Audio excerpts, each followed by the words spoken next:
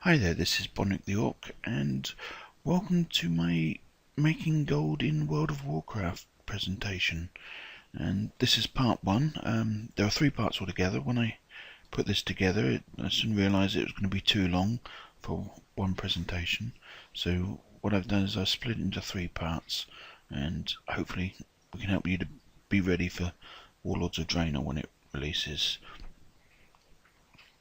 Now, how to make gold in World of Warcraft is a question that many players ask themselves, and a question that several players have asked me in game too.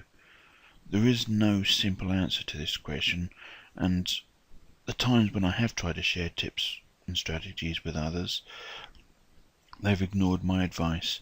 So I have to ask, should I tell you? If so many ignored the advice I give, it leaves me thinking, should I waste my breath and tell anyone else? And let me give you an example of what I mean. One day a certain person whispered me in game and said that they'd noticed that I had a lot of gold and wanted to know how they could make a lot of gold. They told me that they'd never had more than 10k at any one time, and usually less than half that amount. So I gave them a couple of tips, and the tips I gave them would have net them about 500 gold in an hour, and which they could repeat every day. My thinking was that if they were willing to follow those steps, then at the end of the month they would have more gold than they have ever had at any one time, because 500 gold for a day for a month would have given them about 15k. They then told me that that wasn't enough, and that they wanted to know how to make 4k an hour. And I told them honestly I didn't know how to make that much gold in an hour, and wasn't even sure if it was possible. They then told me it was because they'd seen a video on the internet on how to do it. And my response was, well, why the hell are you wasting my time? Why haven't you been following the advice on the video that you saw? And the response was, it was too hard. And it was obvious to me at that point that it didn't matter what I told them, they would think it was too hard and not bother. So I was wasting my time even trying to explain anything to them. The person in question admitted to me that they would be logged into WoW for between 2 and 4 hours a day, and most of the time was spent just idling in Orgrimmar or Two Moons, chatting in trade chat. Basically, they would waste 2 to 4 hours of their day doing nothing. They were just sheer lazy, too lazy to make any gold. So when I ask, should I tell you, it's not that I want to keep these valuable strategies to myself, but am I going to be wasting my time? Will you even bother to follow these tips and strategies? Because there is no magical item that is easily farmed and sold for ridiculously high amounts of gold. If you want to make gold in World of Warcraft, then it will require work. Another question that people keep asking is what they should sell and how much for. Well, I'm not going to tell you what to sell, but I will advise you what to sell it for. That may sound a little strange, and you might be thinking, how can I tell you what to sell something for if I'm not going to tell you what the item actually is? And hopefully this will all become clear. Because the truth of the matter is, it doesn't matter what you sell. It's your mindset and your attitude towards making gold that make you rich. Now, before you start, you must decide how much time each day you're willing to devote to making gold. And I'd recommend that you start with, you spend at least 1 hour per day devoted to making yourself more gold. You can start higher, but I wouldn't recommend that you start any lower. And remember that this is a starting point. As time goes on and you start making a reasonable amount of gold, you can reduce the amount of time you spend to 45 minutes, 30 minutes, and maybe even only 15 minutes per day, or even 15 minutes every 2 days. But don't expect to get rich quick. If you want to get rich quick, then you should stop watching now. So, how can you tell how much to sell something for? Well, you need to decide how much you want to earn each day and how many hours of each day you intend to devote to achieving that daily goal. When you set your daily goal of how much you want to make, and don't set it too high so that it'll be impossible to achieve. If you're unsure, then between 500 and 1,000 gold per day is a good place to start. You can always increase the amount if you find it easy, and reduce it if it's too difficult. You then have to divide the daily goal by the number of hours you're willing to devote to it, and you now have yourself an hourly rate. And again, I would say that the minimum hourly rate should be at least 500 gold. Before you start though, spend a week doing what you normally do and keep track of how long you are logged into WoW each day. Make a note if it's the same amount each day or not. Does it increase at weekends? Is the time you spend each day in one session, or is it split over 2 or more sessions? And this will help you to decide how much time you can devote to making gold. If at all possible, you don't want to increase the time spent playing WoW.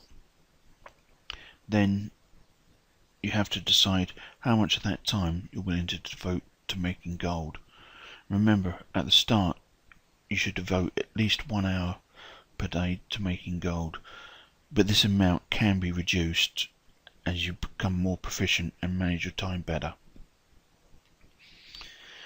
And the other thing you should do is spend time doing daily quests, and do all the daily quests that are available to you at maximum level. I can't stress this enough, because quest rewards, and in particular daily quests, are the main source of gold injection into the game. And I recommend that you go after the Lore Master achievement and raise your status with as many factions as possible to Exalted. How can you possibly get an idea of how much to charge for something unless you have an idea of how much your customer is earning? And that's the purpose of doing all the daily quests, because doing all the daily quests will give you an idea of how much gold your customers can make in an hour. With Mists of Pandaria, there are several daily quest hubs, at least one daily quest hub in each zone, such as Harfield Market, Isle of Thunder, Timeless Isle, etc.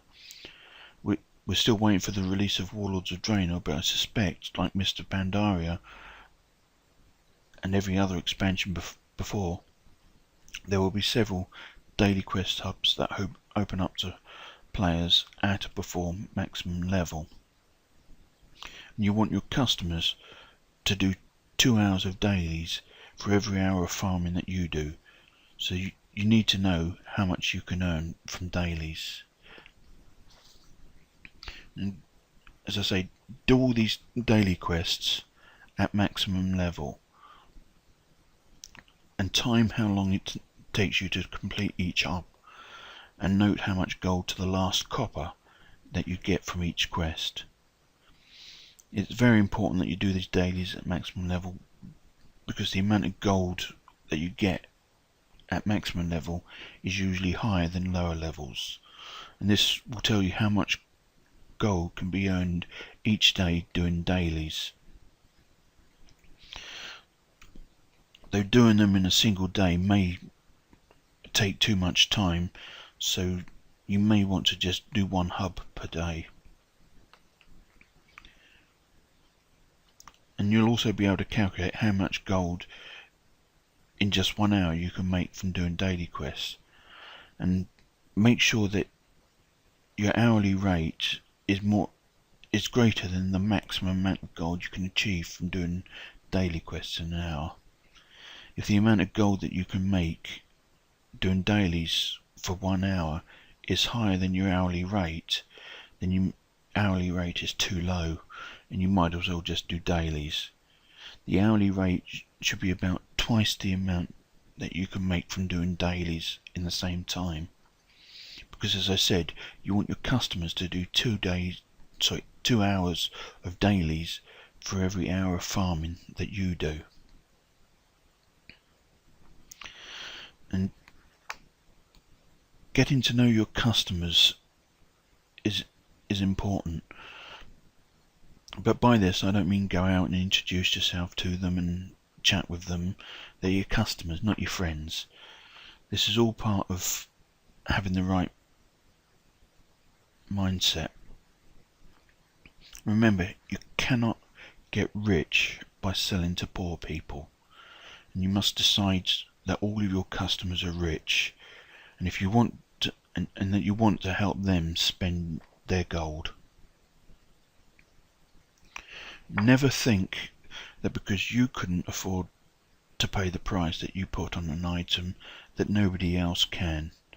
You must expect all of your customers to have a minimum of 100k gold, and anybody with less than 100k is poor.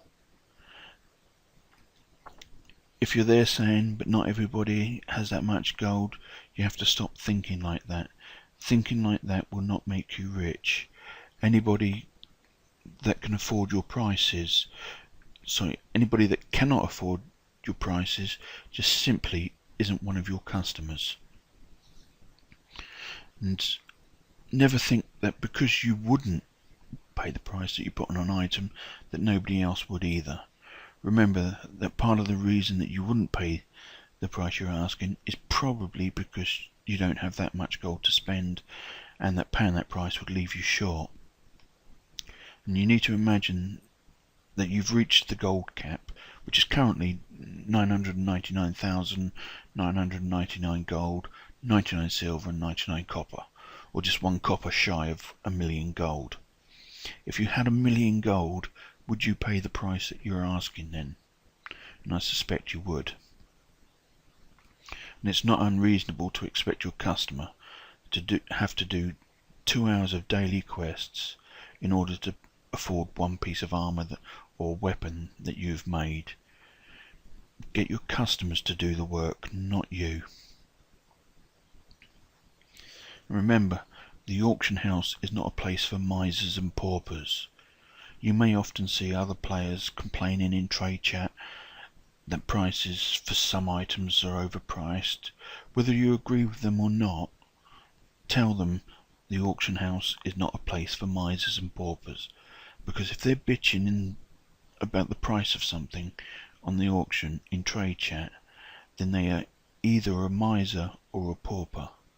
A wealthy person would just simply pay the price and be done with it, not waste their time complaining about it to others. Let them decide which they are. And if you're one of those altruistic people that want to do all the poor people a good turn by selling things cheaply so that they can afford it, again, you're misguided, because a rich person can buy cheaply just as easily as a poor person. If you sell your items cheap, all that will happen is they will be snapped up by a rich person, sometimes to resell at a higher price. So if you sell cheaply, you're not helping the poor. All you're doing is saving the rich people money and helping them get richer. If you want to really help the poor, then you need to sell high and relieve the rich of their gold. So now what? Once you've set yourself a daily goal and calculated your hourly rate, what do you do now? What should you sell? And as I said before, it doesn't matter what you sell, it only matters what you sell it for. So how can you know what to sell items for? Well, spend an hour farming or gathering materials of a certain type or a certain type of drop, and at the end of the hour count how many full stacks and ignore part stacks of that item that you're farming that you have. Then calculate how much gold they should net you based on your hourly rate. And remember, in all your calculations, always round in your favour. Then check how many items you can craft using those materials that you just farmed, and set the price for all those items at your hourly rate. And here's an example of what I mean. Let's say in 1 hour that you acquire 70 pieces of ore, or 3.5 stacks of 20 ore. Rounding this to in your favour is 3 stacks of 20, or 60 pieces of ore. Notice we've rounded down from 70 to 60. And it might take 2 pieces of ore to smelt 1 bar of metal, so 60 pieces of ore make 30 metal bars, or 1.5 stacks of 20, which you then round in your favour to just 1 stack of 20. So again we've rounded down. And you check with your blacksmith, and you find that to make 1 piece of armour requires 15 metal bars. Now you round this in your favour to a stack of 20. Note this time we're rounding up instead of down. So you calculate from all this that you can make 1 piece of armour after every hour of farming. Therefore you price a single piece of armour at your hourly rate. And remember, by always rounding in your favour helps ensure that you make a profit. In the example just given, you actually have enough ore to make 2 pieces of armour with some left over, but you're pricing it as if you can only make 1. This will all add to your profits. Also, even after you've rounded in your favour, you find that you can make more than 1 in an hour. Remember to round the price of the item to a nice round number. And for things like armour and weapons, that means to at least the nearest 100 gold. And that's just the starting price. Yes, that's right. After all that calculation, all that you have is a starting price. That is the starting bid price. You also have a buyout price, which you have to set. And the buyout price should be approximately 20 to 25% higher than the bid price. To calculate the buyout price, the easiest way is just to simply divide the bid price that you've worked out by your hourly rate by 4, and then multiply it by 5. For example, if a bid price is 400, you divide it by 4, which is 100, and then multiply it by 5, which is equal to 500. So your bid price at 400, your sell-out price at 500. And whenever you're calculating the price of something, if you ever think that the price is too high, just remember it's not the price that needs adjusting, but your mindset. Think like a wealthy person and you will become a wealthy person. If on the other hand you calculate the price of something, you ever think the price is too low and that you would pay more for it, then go ahead and increase the price or your hourly rate. So, how many should you auction? When you auction in items, there are several things that you need to take into consideration. Never flood the auction with items. If the auction is flooded with an item, it gives the impression that the items are common and easily obtained, and people are less likely to pay good money for something that they think is as common as dirt, and it drives the price down. Another reason for not flooding the auction with an item is that the more you put in the auction, the more there are that have a chance of expiring and losing your deposit, which loses you money.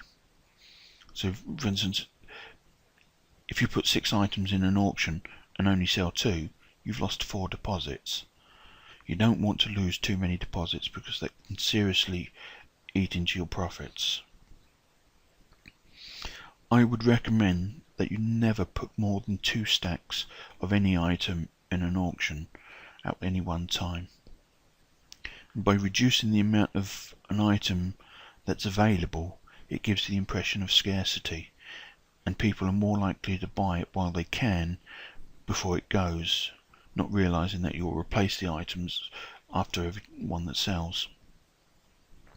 If you notice that somebody else has put a bid on one of your stacks and the other stack sells, don't replace the one that's sold until the one that's got the bid on it also sells, because with any luck somebody else will buy it before the bid wins. And then when you replace them both, the person that put a bid on one is more likely to buy it rather than losing another one. And often you'll find that most things sell in the evenings and at weekends. And should you split stacks? Now, some things you should never split up, and they should always be sold in full stacks, whilst others should always be split and sold individually. Obviously, things like armour and weapons are always sold in single items, but then with armour and weapons, a full stack is one unit. Items like raw materials such as cloth, leather, herbs and ore should always be sold in full stacks. If somebody wants less than a full stack, then it is their problem, not yours. You're here to make money, not to be accommodating. Though to be honest, I wouldn't recommend that you sell raw materials at all and keep them for crafting items. The last thing you want to do is have somebody buying the materials and then getting a friend to make the item for free. Remember, with selling raw materials, they haven't gone through so many rounding in your favour steps and will work out cheaper. If you go back to the example that I gave previously, where you had 70 pieces of ore in an hour, rounding that to sell as raw materials would mean you'd get 3 stacks of 20 equal to 1 hourly rate, whereas 1 item of armour was equal to an hourly rate, and you could actually craft 2 pieces of armour. But if you don't have a crafting profession, go ahead and sell them. Things like cut gems, enchantments and glyphs should always be sold singly. It's very rare that anybody wants more than one of these, so always sell these individually. Items like potions and buff food should always be sold in full stacks, whereas things like armour kits and some flasks, not normal potions, should be sold in quarter stacks. And as a general rule of thumb, you should ask yourself how many an average person is likely to need at a time. Obviously, if they only have 1 cloak, they'll only want 1 cloak enchantment. Armour kits, on the other end, can often be used to be placed on more than 1 type of item, but not normally more than 5 types, so they should be sold in quarter stacks. It's important that you get the stack size correct. A stack of cut gems is unlikely to sell to a person that only wants 1. Likewise, if the average person is likely to need a full stack of something, and you're trying to sell them individually, they're more likely to pay a higher price for a full stack than waste time having to buy them singly.